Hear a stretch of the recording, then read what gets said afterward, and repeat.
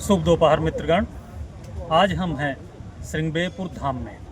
हमने सोचा आप लोगों को भी दिखाएं और बताएं वह श्रृंगेरपुर धाम जिसका वर्णन हमें श्री रामचरितमानस में मिलता है और भगवान श्री राम प्रभु श्री राम के जीवन में श्रृंगेरपुर का बहुत ही अधिक महत्व है, क्योंकि जब प्रभु श्री राम को 14 वर्ष का वनवास हुआ था तब वह लंका जाते समय इसी रास्ते से होकर गुजरे थे और श्रृंगेरपुर में ही आकर रुके थे और यहीं पर गंगा नदी पावनी माँ गंगा को पार करके प्रयागराज के लिए प्रस्थान किए थे। तो जिसका वर्णन रामायण में भी है और यहाँ के राजा कह लीजिए या जो है मुखिया कह लीजिए या सरदार कह लीजिए, निषाद राजगुह जी आए थे और निषाद राजगुह जी ने बहुत ही विनम्रता से, बहुत ही सहजता से प्रभु श्री राम का स्वागत किया था और प्रभु श्री राम ने भी उनको हृदय से लगाकर ऊंच नीच का भेदभाव मिटा करके अपने समकक्ष बिठाया था और उनको अपने हृदय से लगाया था।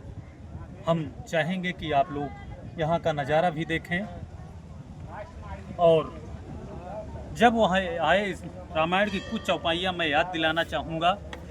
पाई मुदित लिए प्रिय बंधु बुलाई, लिए फल मूल भेंट भरी भारा, मिलन चले ही हरस अपारा।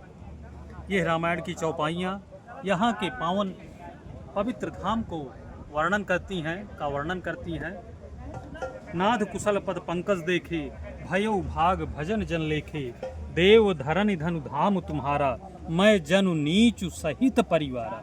अर्थात निषाद राजगुह जी ने कहा कि मैं परिवार सहित आपकी सेवा में तत्पर हूँ। और फिर यहीं पर केवट, भगवान श्री राम और केवट का संवाद बहुत ही मनोहारी ढंग से वर्णित किया गया है रामायण में कि जब प्रभु श्री राम कहते हैं कि हे केवट, आप मुझे गंगा को पार उतार दीजिए, तब केवट कहता है कि बिना आपके पद पंकज धोए हुए और उसका रसपान किए हुए मैं आपको नहीं उतार सकता, क्योंकि गौतम ऋषि की पत्नी अहिल्या को आपने छुआ था तो वो पत्थर से नारी बन गई थी, जीवित प्राणी बन गई थी।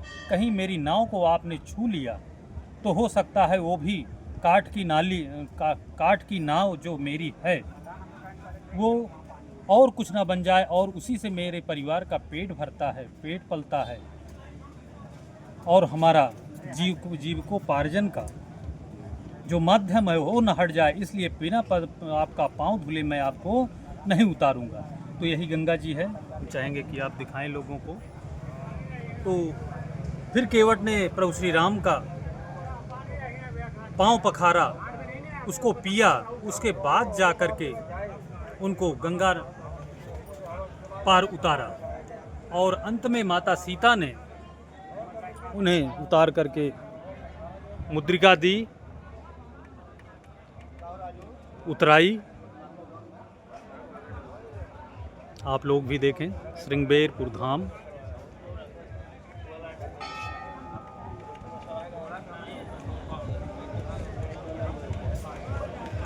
तो ठीक है, फिर मिलते हैं आप सभी से अगले वीडियो में।